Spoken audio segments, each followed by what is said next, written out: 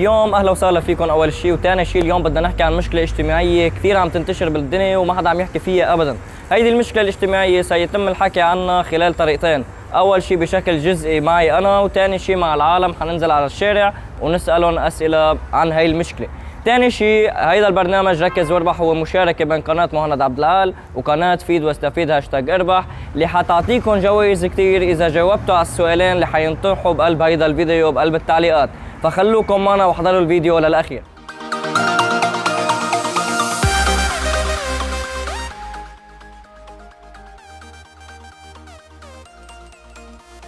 ومثل ما اتفقنا باول هيدا الفيديو رح نحكي عن 3 اشياء اساسيه اللي هن التكنولوجيا والاهل والاطفال، كيف ثلاثتهم مرتبطين ببعض وكيف ثلاثتهم بيأثروا على بعض. والمتفاجئ فيه عن جد انه كيف شخص مثلي بهيدا العمر قاعد عم يوجه هيدي الرساله للاهل. والسؤال الأهم، ليه الأهل بعدهم ناطرين حدا يحكي معهم ويقول لهم إنه هيدي مشكلة كتير كبيرة إن نقدم تكنولوجيا للأطفال وبعدهم هن بعمر غير جاهزين لهيدي التكنولوجيا. ومثل ما أنتم بتعرفوا إنه بكل فيديوهات اللي بعملها أنا ببرنامج ركز واربح ما بعملها مثل إنها تكون كلمات ممكن نطلعها من خلال جوجل أو من خلال الريسيرش، لا أبدا، أنا بعملها عن تجارب خاصة مرقوا فيها العالم أو أنا مرقت فيها أو أصدقائي مرقوا فيها. لذلك نزلنا على الشارع وسألنا العالم عن رأيهم بهيدي أو بهيدا الموضوع. المشكلة الأساسية هي هون إنه نحن كشعب عربي أو في العالم كله بطلنا نطلع على هيدا الموضوع بالذات على إنه مشكلة، صرنا عم نطلع فيه على إنه صاير تقاليد وعادات عم تصير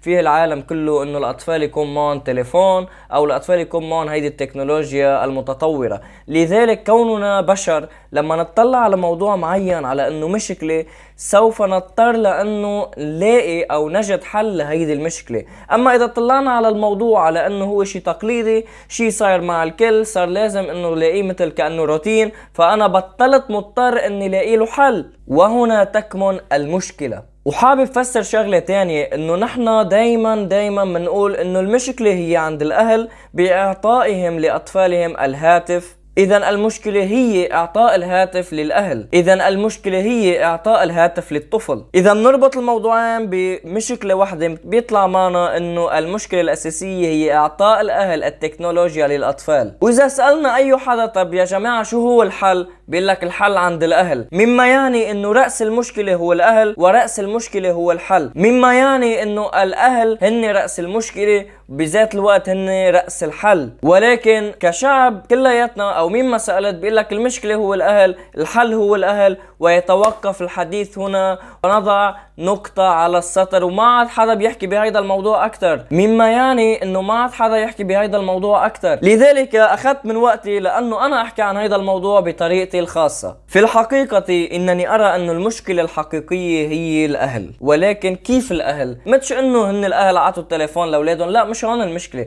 المشكلة إنه الأهل فوتوا تكنولوجيا على بيتهم من دون ما يعرفوا شو هي التكنولوجيا، كيف بنتصرف مع هي التكنولوجيا، شو بنستفاد من هي التكنولوجيا، شو المشاكل اللي ممكن تسببها هذه التكنولوجيا، وكيف يمكن أن نحمي أنفسنا وأحباؤنا وأولادنا من هذه التكنولوجيا أو من سلبيات التكنولوجيا. شو عم أقول أنا هون؟ اللي عم أقوله أنا هون إنه هو لازم صدقا ومع احترامي للجميع الكبار والصغار لازم يصير في دورات تدريبية للأهل من أجل استخدام التكنولوجيا. ولكن ما بعمري صدقا شفت دورة تدريبية بتقول للأهل تعالوا تعلموا كيف نستعمل تليفون، يا أيها الأهل تعالوا تعلموا اليوم كيف بنستخدم اللابتوب أو الكمبيوتر، يا أهل تعالوا تعلموا كيف بنستخدم الإنترنت، مال أولادكم اللي عم يستعملوا الإنترنت يستعملوها بطريقة صح من خلال مراقبتكم لهم وإرشادكم لهم بطريقة صحيحة. ما حدا عم يعمل هيك، ولا حدا بيعلم الأهل ولا شيء، وما في دورات ولا محل. أنا يعني حسب ما أنا عم شوف ما في ولا دورات تقدر تعلم او عم تعلم الاهل هي دول الامور. انا بدي اسالكم سؤال، السؤال هو قد ايه ممكن تخف اعداد الاطفال الذين يستخدمون الهواتف بطريقه سلبيه اذا علمنا الاهل كيف يستخدم الهاتف وكيف يستخدم الانترنت المشبوك بالهاتف؟ ارقام سوف تتغير وسوف تقل كثيرا، لانه صار عنا العلم وصار عنا المعرفه. طالما عنا هول الاثنين كوننا اهل سوف نستطيع انه نساعد اولادنا على انهم يتعلموا بطريقة صح انه يستخدموا هذه التكنولوجيا. وبدي زيد شغلة بهيدي الفيديو، شغلة اساسية بالنسبة لإلي شخصيا،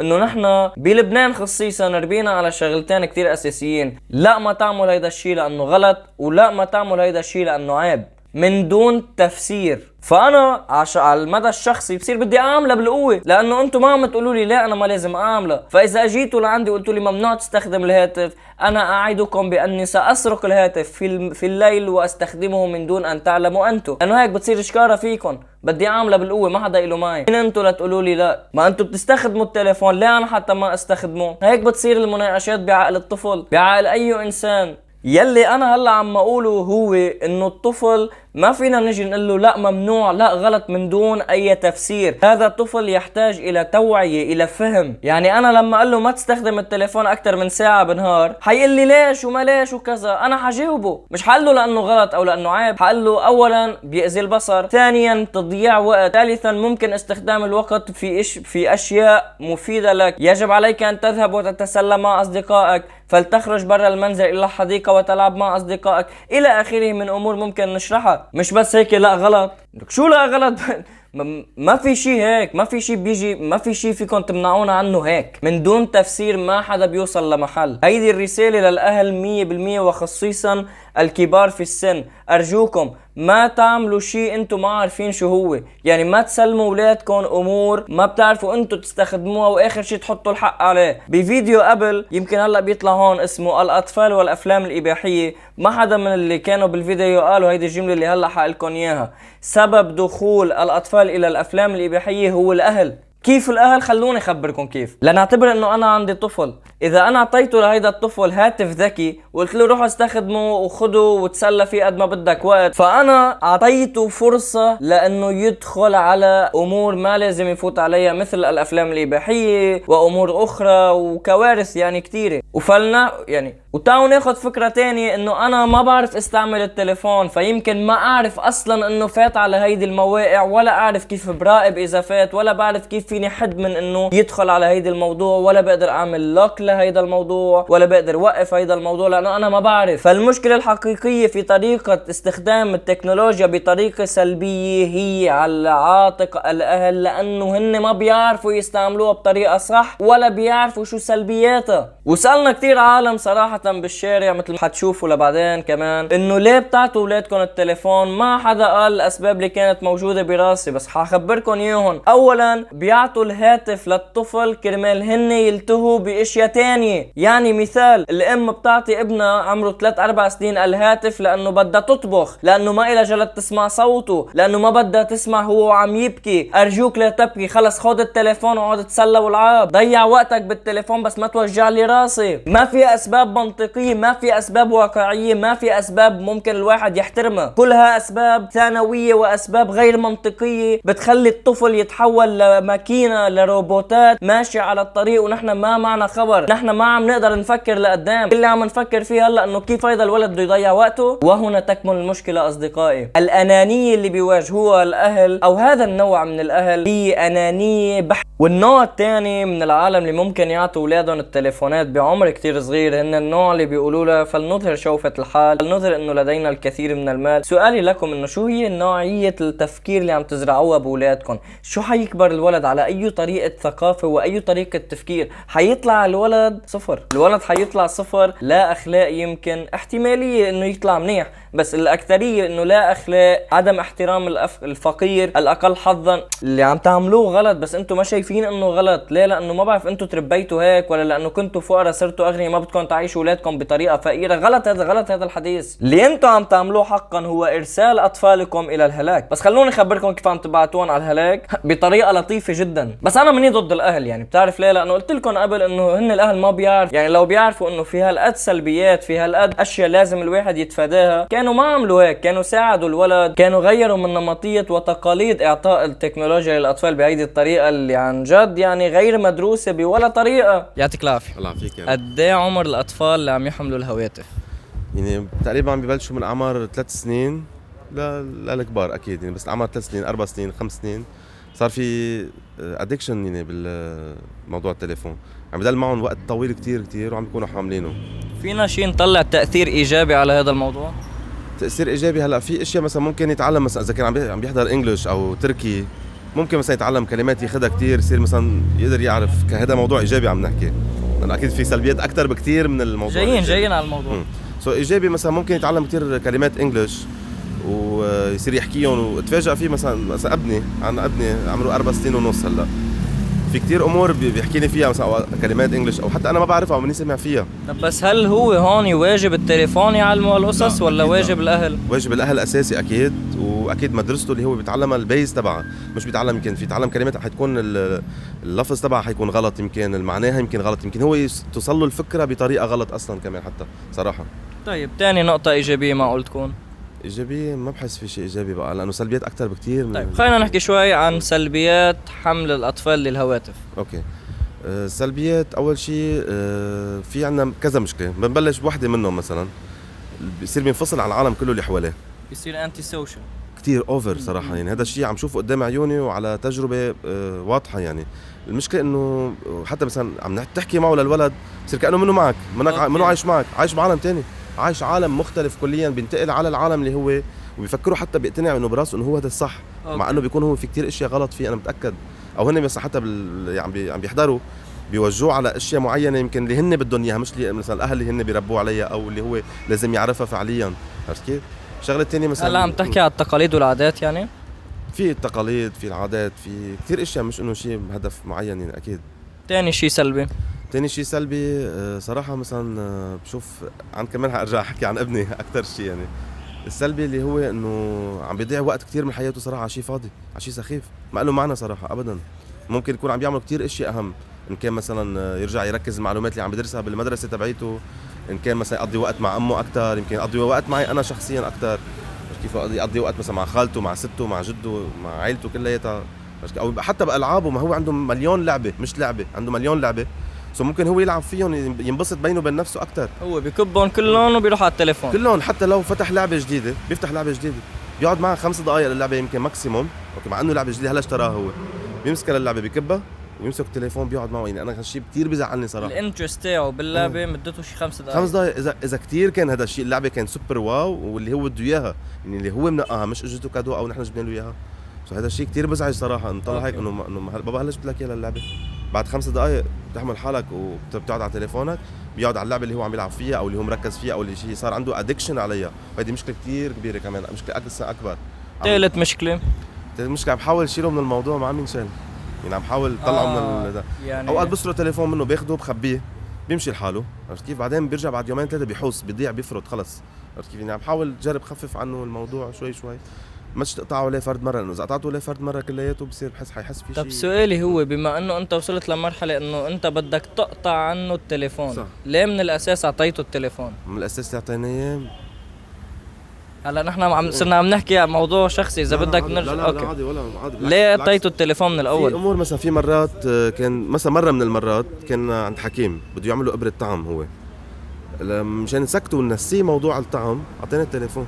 طيب سؤال، في مرات كان عم بيبكي حتى مثلا بامور مثلا معينه او وجع او خبطه راس او خبطه اجر او اعطينا التليفون، نسي الدنيا كلها كمان. خليني خبرك سؤال. ابوك لما انت رحت اكلت اول طعم وقعدت تبكي وتعيط وتصرخ، اعطاك تليفون؟ ابدا، ما اعطاني ولا شيء. شو اعطاك؟ يمكن عيطه صرخه، يمكن يلا تفضل اطلع لقدامي على السياره او اطلع على البيت او شيء، ما اعطاني ولا شيء. مين كان افضل التعامل، انت ولا هو؟ اكيد هو، انا متاكد انه هو. طب بما انه انت مقتنع انه التعامل تاعه كان اضبط من انه انا اعطي التليفون، ليه اعطيته التليفون؟ عم بقول لك هلا عم بدي احاول صراحه بهالفتره جرب قد ما فيني اسحب منه التليفون، لدرجه انه عن جد نعطيه شيء انترست ثانيه او نلهيه شيء ثاني او اكتيفيتي ثانيه، ان كان بازل او كان مثلا ليجو، اي شيء نمي له تفكيره بطريقه ثانيه مختلفه عن التليفون، لأن التليفون ما مش هو الشيء البيز اللي بالحياه، عرفت كيف؟ يعني حتى انا عم بحاول عن نفسي صراحه، حتى انا صرت مش انا، الشعب الكره الارضيه كلها صار في عندها ادكشن على التليفون بشكل مو طبيعي. هذا الشيء كمان مشكله كثير كبيره صراحه. طيب سؤال، قد ايه بيقعد طفلك على التليفون؟ قد ايه بيقضي وقت؟ في 2 3 بالنهار اكيد. طيب 2 3 بالنهار، حقيقة انت بهال3 ساعات قد ايه الوقت اللي عم تقدر تراقب شو عم يعمل على التليفون؟ ما بقدر، صعبك، ما كثير، اكيد البرسنتج يمكن 10% اللي بقدر راقب على التليفون. يعني من بين 3 ساعات 10% انت ماسك شو عم يعمل. مزبوط، والباقي ماكسيموم عم نحكي باقي لحاله، اكيد لحاله وما نعرف شو عم يعمل على التليفون ابدا. هل هذا خطأ أو صح؟ اكيد خطا، خطا كثير كبير كمان. شو الحل؟ عم بقول لك الحل انا اللي بدي احاول اعمله هلا حاليا بصراحه ماش انه نلغي الموضوع الفكره كليا كومبليتلي. لما تلغي الشغله كليا رح يصير في شيء نيجاتيف، او يمكن ما يتقبل الموضوع، او يصير مشكله، او يصير يكسر، او يصير يعيط، يصرخ، يبكي، او يصير يزعل مثلا.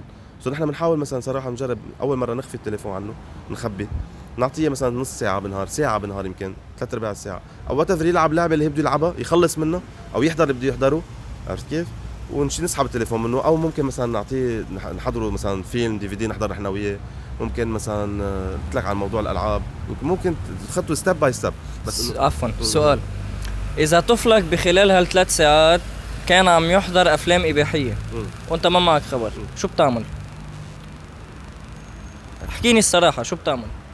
ممكن ساعتها اكيد حاكسر التليفون اكيد، وحاسحبه منه، ولا مستحيل اعمل جرب قد ما فيني ويكون ده الحدا مراقبه فوق راسه. قبل كل هذا انت رحت لعنده، فت على الاوضه لقيته عم يحضر بورن على التليفون، شو بتعمل؟ اول ردة فعل اكيد بدي انه شو عم تعمل بابا، شو عم يصير معك، شو هالشيء، بس كيف هو حيفوت ببعضه اكيد كلياته وحيعبق. بدي اسحب التليفون منه. بدك تعيط عليه؟ مش بالعياط بصير، ما في شيء بيصير بالعياط، لانه اذا عيطت عليه رح يصير يزيد الموضوع، او يصير يمكن بده يكتشف اكثر، او بيفكر انه هذا هو الشيء الصح.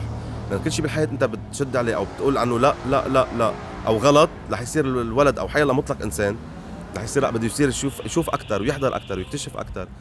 وكيف هذا الشيء؟ هل رح تضربه؟ لا أبدا، مستحيل مستحيل مستحيل. سؤالي لإلك، سؤالي الحق عمين إنه هو فات حضر بورن؟ الأساس حق علينا نحن نعطينا التليفون الأساس. يعني الحق عليكم أنتم كأهل، مع احترامي لإلك ما قصدي شيء، إنه أعطيناه التليفون وكان دخوله هو الحق عليك، صح.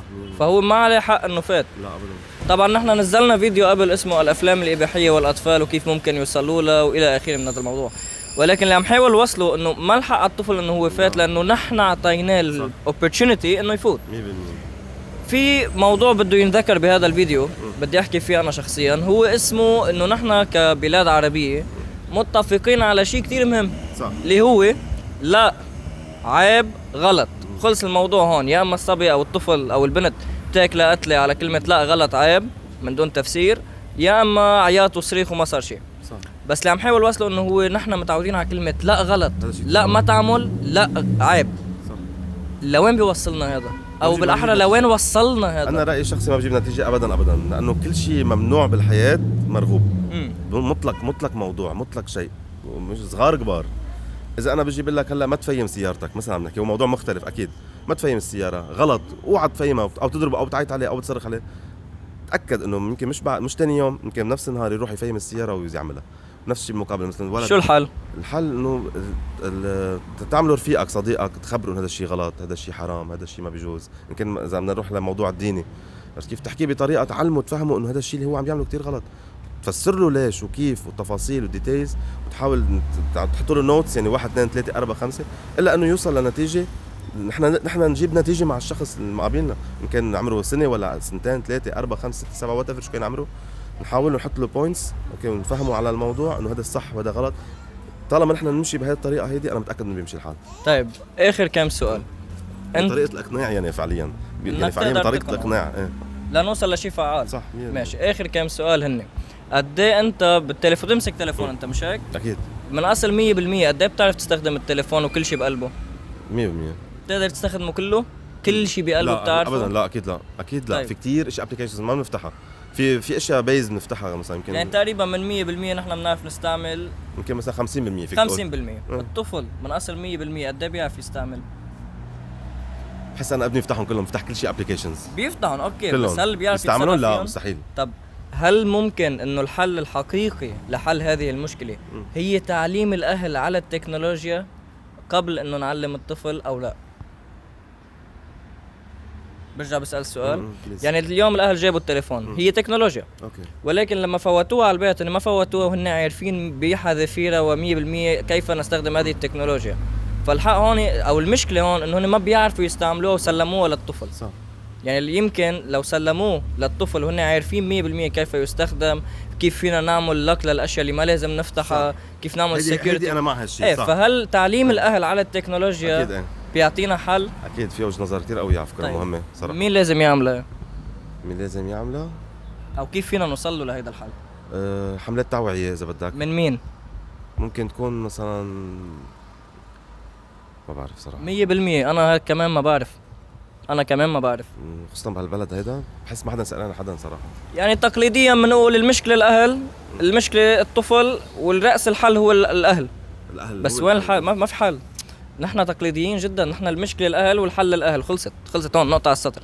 بس ما هذا برا محل. صح. ليه ما بيكون الحل انه نحن نعلم الأهل قبل تعليم الطفل؟ منو غلط، صح. عرفت؟ فكرة كتير مهمة. ثانك يو. هلا حسب ما عم نشوف انه تقريبا من العمر 6 سنين 5 سنين عم يكون معهم التابلت وعم يكون معهم الموبايلات كلياتها، بتلاقيهم 24 ساعة موجودين على الموبايلات وعلى الايباد وغيره. شو السبب؟ هلا السبب انه اول شيء حتى الاهل، يعني بداية من الاهل للاولاد كلهم عم يكونوا على السوشيال ميديا، عم يكونوا على التيك توك وعلى اليوتيوب وغيره. فطبيعي الولد اول شيء بيعتبر انه الاهل هن قدوته بالحياة، فهو عم يشوف اهله 24 ساعة على اليوتيوب وعلى الانستغرام وغيره، فهو طبيعي انه يكون عم يقلدهم. طبيعي يكون انه عم يفضي هيدي الاهمال من قبل الاهل بالسوشيال ميديا او بالتابلت تبعه. وطبعا عم يفوت يشوف كل شيء، كرتون، عم يشوف ميوزك، اي شيء ممكن يشوفه يتسلى فيه طبعا. يعني انت عم تقلي انه هو بس عم يستخدم الهاتف لانه بده يقلد اهله؟ هلا من احد الاسباب انه عم يقلد اهله، بس السبب الرئيسي انا بشوفه انه ممكن لما الاهل عم يلتهوا عن اولادهم بهيدا الموضوع، فطبيعي انه الولد يلاقي شيء يعبي فراغه، يعبي فيه وقته، او هن معطوه مجال انه يكون عم يعمل شيء تاني مفيد اكتر. يعني انت عم تقلي انه هيدا الطفل ليعبي وقته عم يستخدم الهاتف. طب سؤال، هو طفل ما عنده طريقة لأخذ القرارات، صح. مين أخذ هيدا القرار عنه؟ لما الاهل جابوا له تابلت او جابوا له موبايل. جينا على هيدا السؤال. تمام. شو اللي خليهم يجيبوا له هيدا الهاتف او هيدا التليفون؟ ايوه، ليه جابوا له اياه بهيدا العمر اللي كثير صغير؟ انا بقول لك ليش، لانه نحن الشعب العربي تحديدا شعب كتير بيحب المظاهر، فلما بيشوف انه فلان جاب ايباد او شيء، فهو بيروح يجيب لابنه عشان ما يحس عنده نقص او هو مأثر عليه. يعني انت عم بلا مقطوع من حديثك عم تقلي انه اليوم اذا الطفل ما معه تليفون اذا هو عم يعيش بنقص بالنسبه للمجتمع اليوم طبعا. اوكي. لانه هو لما بده يشوف رفيقه وابن خالته وابن عمته معهم ايباد ومعهم موبايل، هو ما معه شيء، فبده يحس انه اهله مقصرين تجاهه. بينما نحن من زمان وما لنا زمان كثير يعني ما كنا نشوف هيدا الشيء. يمكن شفنا سكوتر او يمكن بايسيكل او شيء كنا نغار شوي، بينما هن الموضوع تبع موضوع الايباد والتابلت وهالقصص. ولوين ممكن يوصلنا هيدا الشيء؟ هلا اول شيء في عنا اضرار اجتماعيه وعنا اضرار صحيه. فهمني أكثر. الاضرار الصحيه مثلا انا من عائلتي لما اشوف خيي قاعد على التابلت 24 ساعه تقريبا، خيي صغير عمره 4 سنين وعم يحكي حكي عم يطلع منه كلمات اكبر من عمره كتير، هيدي مشكله. كلمات بذيئه يعني؟ لا كلمات انه مثلا يعني الطفل اول ما بيكون عم يتعلم يحكي يجي يحكي مثلا لنفترض خليجي، او يحكي انه طيب انت منين تعلمت هيدا الحكي، او فكله على التابلت، او يعمل انه المرأة الشريرة والمرأة الساحرة. طيب انه هذا الاطفال لازم يكون في مراقبة لشو عم يعملوا. يعني انت عم تطلع عم يصير معهم مثل برين واش، تمام، غسيل دماغ 100%. وصاروا كل شيء بيشوفوه على اليوتيوب لنفترض خلص بيصدقوه بيأمنوا فيه انه هذا الشيء واقع. تمام. بينما لما كنا نحن على التلفزيون نتابع سبايس تون مثلا، كنا نشوف كان في البروجرامات يلي حطوها مدروسة وفيها رقابه ومعروف شو عم ينحط. بينما هلا عم نلاقي مثلا خاصه لما بيفتحوا نتفليكس عم نلاقي حالات الشذوذ، عم نلاقي حالات القصص ما بدنا نفوت بتفاصيلها، هي قضايا جدليه بالمجتمع بس الطفل عم يشوفها. طيب وبالنسبه للمشاكل الاجتماعيه؟ مشاكل الاجتماعيه انه الولد او البنت الصغار عم يفوتوا بعزله، لانه هن دائما عندهم قاعدين مع حالهم، يمكن عم يعملوا تيك توك، يمكن عم يتفرجوا على اليوتيوب، ما عاد في تواصل اجتماعي فعلي واقعي بين الشخص وبين الاخر. بالتالي طبعا رح يصير في مشاكل بالكوميونيكيشن لما بده يكونوا بس يطلعوا على الحياه، بس يفوتوا على المدرسه، بس يروحوا على الجامعه، رح يكون في مشاكل. يعني بيصيروا انتي سوشيال يمكن. طيب خليني اسالك سؤال. أوكي. شو الحل؟ او هل نحن عن جد نحتاج حل؟ هلا نحن ما بنحتاج حل، بنحتاج ل نعدل شوي بنمط حياه بالنسبه للاطفال تحديدا. نحن كبار يمكن مسؤولين عن حالنا، بس الاطفال انا برايي انه لازم يكون في شويه سلطه من الاهل بطريقه ما تحدد موعد انه يمسكوا هن التابلت، يحددوا لما يشوفوا تاخر كتير يوقفوا، يشوفوا شو عم يحضر، يعني انت منك ضد انه يوقفوا انه انت منك سوري مع انه يوقفوا له ما التليفون. في شيء بالحياه بيتوقف فورا. طب سؤال، قد ايه انت اذا اعطوك هلا القرار قالوا لك اعطينا عمر نقدر بهيدا العمر نعطيه تليفون، قد ايه بتحس ليكون عمره ليحمل تليفون؟ بحس ب 13 14. وقد ايه كان عمرك انت لما حملت تليفون؟ يمكن كنت اول ثانوي. 100%. نحن عمرنا تقريبا صار عمرنا 18 سنه لاهلنا حملونا تليفون، وكان السبب انه اذا رحنا مشوار يقدروا يتواصلوا معنا. 100%. اليوم هيدا الشيء منه موجود. ابدا. تمام. يعني نحن العمر انت عم تقول لي قد ايه قلت لي العمر؟ 12 13 سنه. هون ما لا يحمل بكون تليفون. يعني اول ما بلش بالمرحله الاعداديه او شيء متوسطه، فشوي هو قادر بقى يدرك كل شيء عم بيصير، يدرك انه عم يشوفوا غلط ولا عم يشوفوا صح. طبعا مع مراقبه الاهل. طبعا. طيب خليني اسالك اخر سؤال بهيدي الحلقه. سبق وانا حكيت بهيدا الفيديو، بس تحضروا انت كمان، سبق وحكيت بهيدا الفيديو انه نحن اليوم لما الطفل عم يمسك الهاتف ليست مشكله، اصبحت شيء عادي وشيء روتيني. طبعا. مما يعني انه حمل الهاتف بطل مشكله، لم ننظر عليه انه مشكله. واليوم نحن اذا طلعنا على شيء منه مشكله، يعني نحن ما بنطلع او بنبرم على حل لانه صار عادي. صح. شو رايك بهذا الحديث؟ انا برايي انه هيدا الموبايل خلص صار اسلوب حياه، صار نمط حياه، ما فينا انا اجي الغيه بلحظه. انت بيكون هون عم تدمر عادات كتير كبيره ما بتتدمر، يعني مثل لما بيكون حدا مدمن على شيء بده تدريجيا يتخلص منه. فالموبايل يعني اي اجهزه الكترونيه صارت ادمان بالنسبه للكل، بالنسبه لنا حتى بالنسبه للمجتمع ككل. فانا ما فيني اجي اقول لهم الموبايل مشكله لازم نشيله. يعني منه مشكله؟ هلا هو يمكن مشكله، بس صار خلص صارت مشكله واقعه لا حل لها الا بالرقابه. ما في شيء ما له حل. بس انا سؤالي هو هل ننظر عليها انها مشكله او ننظر عليها انها شيء روتيني وعادي بقى؟ لا، هي اكيد مشكله، يعني بدها حل. بدها حل. ما حدا عم يبرر مع حل. بس في اشياء ما بتنحل مثل لما انا بعالج مرض او بعالج قضيه او هل هذا مرض؟ ما بظن لانه كلمه مرض إلى دلالات صحيه والى سامع بشيء اسمه مرض اجتماعي؟ طبعا. هل هذا مرض اجتماعي؟ اكيد. ولازم له حل. انا ما بسميه مرض اجتماعي، في كتير ناس تستخدمه كوسيله للتواصل عن جد بالشغل بعلاقاتها فعليا ما بتتواصل. عم نحكي على الاولاد. على الاولاد طبعا بالنسبه للاولاد فهو مرض، هو مرض اجتماعي، ادمان وبحاجه لعلاج معرفي وسلوكي كمان. يلزمه علاج معرفي وسلوكي، حل او حل اكيد. كيف بدنا نقنع العالم انه هذا الشيء مشكله وبده حل؟ ايوه. ما انا نحكي شفافيه جدا، كلنا معنا خبر انه مشكله، كلنا معنا خبر الحق على الاهل، بس ما في تصرف. ليك بتعرف انا بحس انه الناس بس تبلش تشوف نماذج للاضرار يلي عم تصير، بحس بتصير بتخاف على اولادها. ما خيي بيكتبوا لك على علبه الدخان التدخين يقتل، وبتلاقي العالم كلها عم تدخن. صح، بس هيدا حكي. انت لما بتشوف اصلا مشكله التدخين هيدا موضوع اخر 100%، بس عم بعطي مثال. بس بالنسبه للاولاد يعني انا برايي بالحل ببلش من المدرسه ومن الاهل، بس يعني ما بدي اطرح حلول الكلاسيكيه. نعم.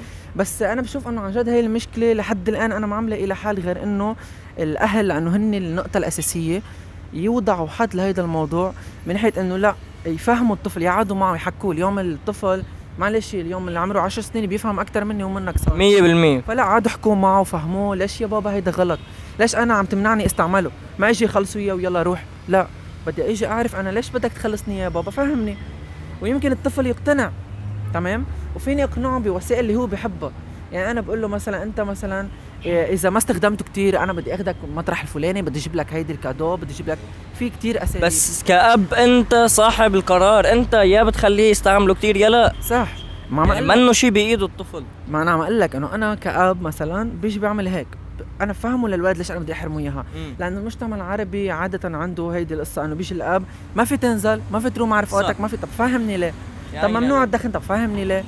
ما بيفهموك ليه؟ ممنوع. والمشكله انه كل ممنوع مرغوب، فبيروح كل حدا بيعمل شيء معاكس اللي هو بده اياه. فانا بلاقي لا انه يقعد الاب مع الطفل يفهمه يوعيه ليش السبب. معلش الطفل اليوم غير الطفل قبل، الطفل اليوم بيفهم. ركزت على موضوع كتير مهم، انت الاب والام. لكن الام على طول بتغلبها شوي العواطف. يعني لما مثلا بجوز يعذبها ابنها كتير او يضل ينق عليها بدي استخدم الموبايل او شيء، تقول له انه خلص روح استخدمه وريحني منك مثلا. اوكي. عرفت شو؟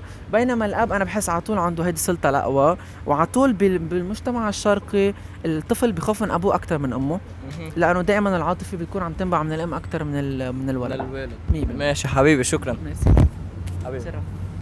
اليوم في مشكلة كتير عم نعاني منها بالدول العربية خصيصا وحول العالم هي أكتر شيء، وهي حمل الهواتف للأطفال. هل بتلاقيها مشكلة؟ طبعا مشكلة، لأنه حمل الهواتف للأطفال بسنين، بالسنوات الصغيرة هيدي عم تعمل مشاكل كتيرة، عم تعمل مشاكل نظرية، عم تعمل مشاكل اجتماعية.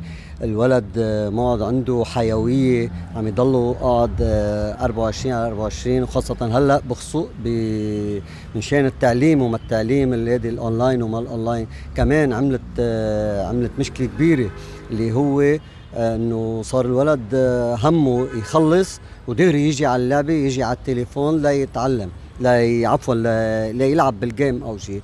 انا حقيقة برأيي انه ضد الاطفال تحمل التليفونات باعمار صغيرة، لانه بتلاقي الولد هلا عم بيلعب بالتليفون مثل كأنه عم يلعب بشيء.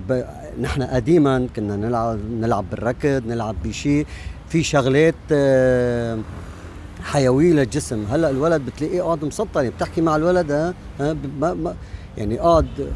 بقى انا رأيي الخاص انه ضد حمل التليفونات للاطفال. وعن اي عمر عم نحكي؟ عم نحكي على هلا يعني بتلاقي في ناس كتير اعمار بالاربع سنين 3 سنين حامل الطفل التليفون وقاعد عم يلعب، بفوت على اليوتيوب، بفوت على الشيء، وخصوصا يعني بفوت على شغلات اذا ما في رقابه الاهل اللي عليها مشكلة كبيرة. يعني عم يشوف شغلات ما لازم يشوف. طبعا. طيب قد ايه انت باعتقادك لازم يكون عمره ليبلش يحمل هاتف؟ يعني يحمل هاتف كهاتف بجيبته، انا ضد قبل ما تصير يعني يصير بحاجة لها. يعني انا الهاتف انه انا ليش بدي حمل بنتي هاتف او ابني هاتف ولو بتكون بسنين مثلا الابتدائي او سنين المتوسط؟ لشو؟ اوكي بيلعب بالبيت، بيلعب له ساعة زمان، ساعة ونص زمان، وبيقوم بيلتهي بشغلات تانية. نحن لازم نحفزهم على الرياضات. ليش نقعد نخلي الولد مسطل طول النهار على التليفونات؟ لانه هيدي قلت لك مثل ما قلت لك عم تعمل له مشاكل اجتماعية ومشاكل صحية. مرق معنا حدا سألناه، قلنا له انه ليه الاهل بيجيبوا تليفون لاولادهم؟ في جواب؟ شو السبب انه بيجيبوا له تليفون؟ بيجيبوا له تليفون بيكون انه لقلك ليه؟ لانه الولد بيجي على بيه او على امه، ليش فلان عنده تليفون وانا ما عندي تليفون؟ هذا بدك تعرف بقى ان الولد انه ما ضروري انه فلان اذا ماشي غلط انا امشي مثله غلط. انا بيجي فهم الولد، يا بابا انت ليش شو بدك التليفون؟ يا بابا انه فلان انا حامل تليفون وعم بيكذب فيه قدام العالم. طيب يا بابا انت منك بحاجه لتليفون، انت عم تروح على مدرستك وعم تيجي من مدرستك، بكره اذا الله راد بس تصير بالجامعه او شيء ساعتها اوكي احمل التليفون اللي بدك اياه. يعني على 18 سنه ما له يحمل تليفون؟ ممكن بس كمان كمان المفروض كل شيء، ليك كل شيء بهالحياه التكنولوجيا خلقت لخدمه الانسان ما لا ضرره. يعني انا اذا بدي اعطي تليفون لبنتي او لابني وما يكون في رقابه عليه مثل التلفزيون، مثل اي شيء، مثل الانترنت، عالم واسع صح، فيك تستفيد منه للاشياء الصالحه، وفيك تستفيد منه للاشياء المنا منيحه. فلذلك انا على الاهل يعني بنصح الاهل يكون في رقابه على كل شيء. طب سؤال، بالشعوب الغربيه في كتير أطفال مسكوا تليفون وأبدعوا، صار عندهم شركات، عندهم مصاري. ليه نحن كعرب لما نمسك التليفون أو التكنولوجيا الهاتف نستغله بأسوأ الطرق؟ لأنه حسب الجو اللي نحن فيه. كمان الجو اللي نحن فيه هلا في ناس بتستفيد منه بيأبدعوا مثل ما تفضلت وحكيت، وفي ناس بيأبدعوا بمحلات تانية. يعني أنت ما تنسى الشغلات هلا الهاكر اللي عم بتصير للاطفال. نعم. يعني مثلا وفي كتير امور والله انا بدي اشوفك، ابعتي لي صورتك صح، وكذا. صح. وعم بيصير فيها استفزازات او عم يستبزوا الاطفال ولا اهاليهم انه انا بنشر صوره بنتك او بنشر صوره هذا. بس هذا كمان بدنا نحن نراقبه كمان. ابدعوا برا وصار معهم مشاكل كتير. يمكن انت شفت عينه صغيره اللي ابدعت، بس اللي الناس اللي صار عندها مشاكل ومشاكل انتحار ومشاكل امور تانية نحن ما حدا بيحكي فيها. يعني انا اقصد انه ممكن هلا انا مسك طفل عربي تليفون ويبدع فيه، يخترع شيء، يطلع مصاري من وراه. نحن انا وياك متفقين انه اليوم الانترنت بيطلع مصاري بلاوي. ممكن صح؟ ممكن. طب شو الحل لاني يوصل الطفل اللي مسكته الهاتف الى استخدامه بطريقه صحيحه؟ الرقابه. من مين؟ من الاهل. طب وبركي الاهل ما بيعرفوا فيني اعطيك نظريتي؟ نعم تفضل. نظريتي بتقول انه دائما مين مساله المشكله هي الاهل، انه عم يعطوا الهاتف للطفل. طبعا. وعدم رقابه الاهل للطفل شو عم يعمل على التليفون. اذا راس المشكله مين هو؟ الاهل. نعم. طيب ومين راس الحل؟ كمان الاهل. طبعا. طب الحل هو ما انه تعلم هي نظريتي. نعم. ما انه بس نعلم الطفل، لا، نعلم الاهل على التكنولوجيا اللي فوتوها على البيت. مزبوط. كلام لا يعلموا الطفل. صحيح. كلام صحيح. هيك كيف بدنا نعمل؟ صحيح. هذه بدك دولة بقى. هذه شغلات ماشي. شكرا مني ومنك. شكرا حبيبي قلبي. وهلا رح اترك المايك لصديقتي اللي حتحكي عن هذا الموضوع بطريقه ثقافيه اكثر مني. مرحبا، معكم منى حمود. طبعا لابد نعرف انه التكنولوجيا هي شيء جديد على كافه المجتمعات، اضافت اكيد قصص كتير حلوه وكتير منيحه، مثل انه وفرت لنا كتير من الاوقات، ساعدتنا انه نحن نقدر نتعلم بطريقه اسرع، وفرت علينا اكيد كتير من الاحتياجات. بس اكيد مثل ما لها وجوه ايجابيه اكيد لها اوجه سلبيه. من اكثر الاوجه السلبيه تاثيرا في العالم وهو التفاوت ما بين التكنولوجيا على زمن الاهل والتكنولوجيا الجديده اي الحديثه اللي على زمننا نحن كنعد اطفال. بحسب تجربتي الشخصيه مع هذا الموضوع وبحسب الابحاث اللي انعملت عن هيدي الفكره بالذات بهذا الموضوع، اثبتت انه 40% من الاهل هن مؤهلين او بيعرفوا يتعاملوا مع التكنولوجيا الحديثة. طبعا يعد هيدا العدد كتير قليل بالنسبة لنسبة استخدام هيدي الأدوات أو الأجهزة الحديثة. وبما أنه هي المشكلة هي على تزايد من سنة لسنة، وخصوصا أنه هالأطفال أو الأولاد هن عم يستعملوا هالتكنولوجيا مش بس ليتعلموا بل للألعاب، وممكن يفوتوا بقصص تانية أكبر من عمرهم أو بتحد من ذكائهم، ممكن تكون تضيع وقت لإلهم، ممكن ما يتعلموا منها شيء، يمكن يتعلموا منها قصص أصلاً هن ما لازم يتعلموها. رأيي الشخصي لهيدا الموضوع أو لحتى نحد أو نخفف منه هو أنه أولاً لازم الأهل يكونوا هن مؤهلين قبل الأطفال أنه يستعملوا أو يعرفوا كيف يتعاملوا مع هيدي الأجهزة. عن طريق شو؟ عن طريق إقامة ندوات توعية. طبعا لنزيد انه اوقات الاهل مش يعني اذا متعلمين بيعرفوا يتعاملوا مع هالتكنولوجيا الجديدة. ممكن في اهل، وصارت معي انا شخصيا، انه يكون اب او ام متعلمة ومثقفين بنفس الوقت، بس هن هيدا الشيء بدل جديد عليهم. اولا بدي اتشكر قناة فيد واستفيد على الاشتراك ببرنامج ركز واربح. بدي اتشكر صديقتي اللي قدمت معي هيدا الموضوع. بدي اتشكر كل شخص بالشارع تجاوب معي على هيدا الموضوع. وبتمنى من الكل يلي عم يحضروا الفيديو على قليلة بالكومنتات يكتبولي عن جد كيف ممكن نلاقي حل لهيدي المشكلة، مين المسؤول عنها. وأول سؤال معنا لليوم هو كيف ممكن للطفل أن يستخدم الهاتف بطريقة إيجابية. السؤال الثاني هو كيف ممكن للأهل أن يتعلموا بطريقة صحيحة استخدام التكنولوجيا.